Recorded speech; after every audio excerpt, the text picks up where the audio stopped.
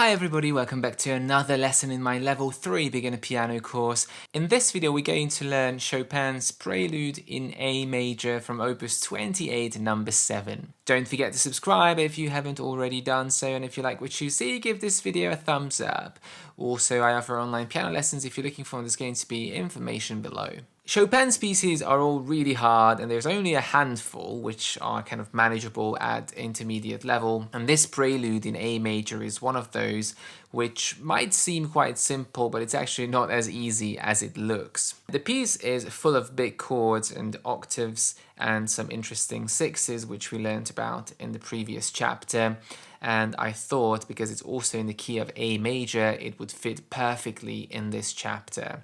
It's one of the more challenging pieces in the book, so take your time with it, play it very slowly and listen out for accuracy, and don't get frustrated if it doesn't work out in a week or two. Spend more time on it, and the more time you spend on it, the more natural the changes are going to feel within the piece. So as I said, we're in the key of A major, so we've got F sharp, C sharp and G sharp. All three of these are going to be sharp. We are in 3/4, so a kind of a dancey feel to it, and we always start with an upbeat, so really important. The tempo is andantino, so walking speed-ish. It should have a fairly good speed to make sure that the melody is not getting stuck anywhere, but don't go too fast because then it just feels rushed. And again, it's a romantic piece, so we have more freedom when it comes to speed and tempo. We can slow down a bit on the first beats or towards the ends of phrases and then pick it up again in the next phrase, and that's completely up to you. Now, in the original score, Chopin had one pedal mark for the entire phrase, so you can see altogether 8 pedal marks in the piece, but it might sound a bit cleaner if you pedal more frequently, especially after the dotted rhythms when you go up to the chords, but it's not necessary. However, it might work a little bit better. You need to be very careful with the dotted rhythms, so they stay nice and sharp, long, short, and then moving on to the chords. And we've got the 3 chords repeated all the time, so obviously we're going to add some variation dynamics wise. We're not going to play 3 times like that, but we're going to kind of soften towards the final half note or minim. So as we repeat it, we get quieter and quieter to create that calm feeling of this prelude. So let's start with the first 2 lines that I can fit onto the screen, and we're going to start with the left hand. So the first one is an E, so we're going to start down here at the E and then jumping up to the octave. So 3 E's altogether. 1, 2, 3, 1, 2, and then lift up and rest. So for the upbeat, you don't need to pedal, but again, you can if you want to, but make sure you re-pedal for the next chord. Let's go to the next bar, A, E. Bar 6, back to E, but this time E and B. 1, 2, rest, and down to the low A, and E, A, E. Let's go on bar 10, E, back to the octaves. Let's go on A, and here we have A, E, A, and the rolled up chord. Now this chord is not rolled up in many scores. In some of them it is, but if you have smaller hands, you will have to roll it. Even if you don't have smaller hands, sometimes it might feel nicer because you're basically, this is the peak point of the piece, and we're approaching it with a crescendo getting louder, so it might feel nicer to just roll it out from left to right, take a little pause on it, and then go on and finish off the piece. And final line is going down to the B, F sharp D, B minor chord, and finishing on the A.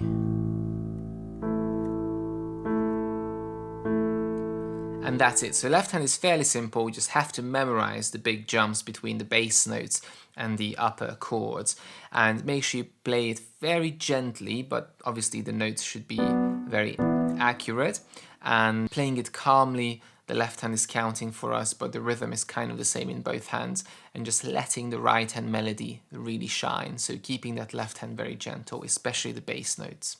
Let's move on to the right hand. We're going to start in this white position, 1 on the E and 4 on the C sharp.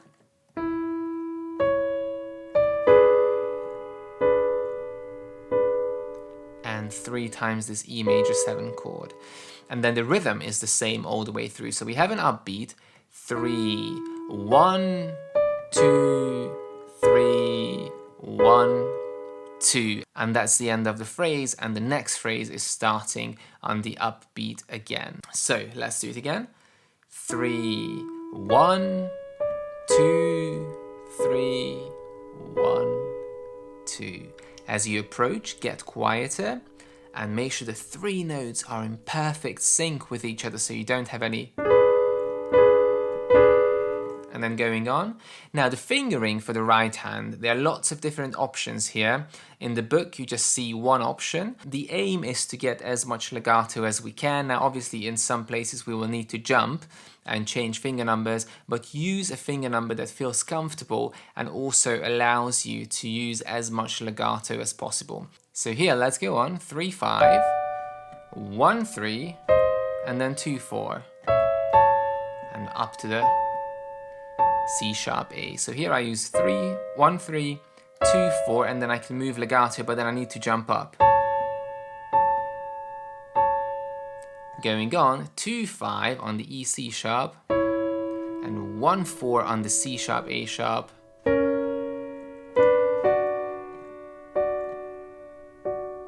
And be careful here, the D is tied all the way through, so we go 1, 4, and then either 1, 4 or 2, 5, whichever feels more comfortable. And holding down the D. Lift up, 1, 3 on the D, G sharp, 1, 4, and moving out, C sharp. Going on.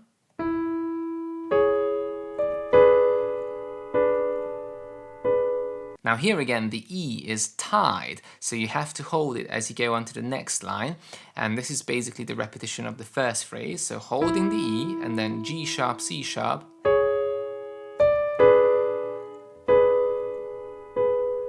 lift, 2, 5, and now we have to change to 1, 2, tie it down and then 4, 5 or 3, 5, whichever fingers you can reach it with.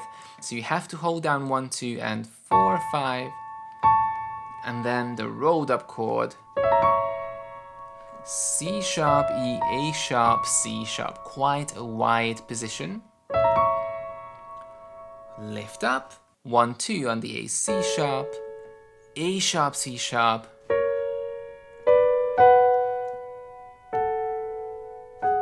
and here I would do again 3 pedals because we changed the chords. B, A, G sharp. I would do 3 pedals and then lift up.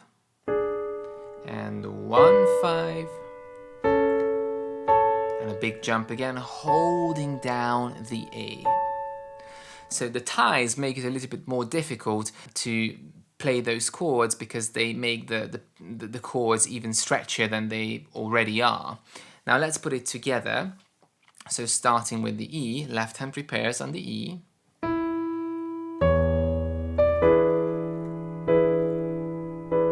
And now you can see my thumbs are crossing each other. The left hand is actually playing a higher note than the right hand. So make sure the left hand is underneath the right, not the other way around. Left hand underneath the right thumb. Once again.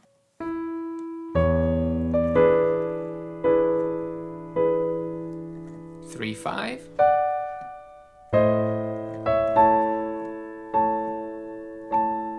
Lifting up, 2, 5.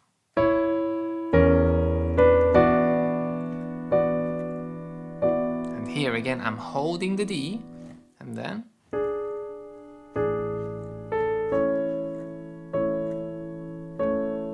next phrase.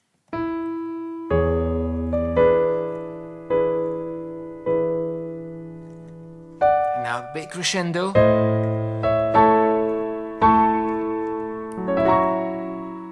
And slowing down a little bit before the rolled up chord. Lifting up, 1, 2. Slowly pedal, pedal. And now E, A, E, and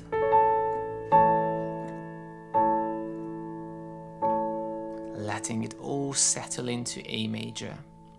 And that's it. So the notes really are not that complicated.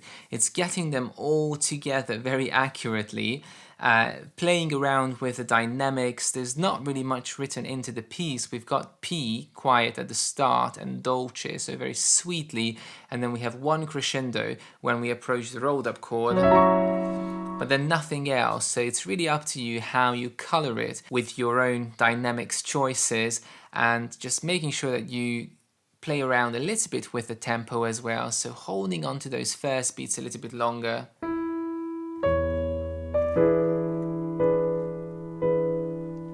And resting on those final half notes or minims in every single phrase. Played hands separately a lot, especially the right hand. It has quite a few very challenging movements between the chords and notes, and once you are really confident with the right hand melody, put it together and really concentrate on the pulse and the sound that you're creating.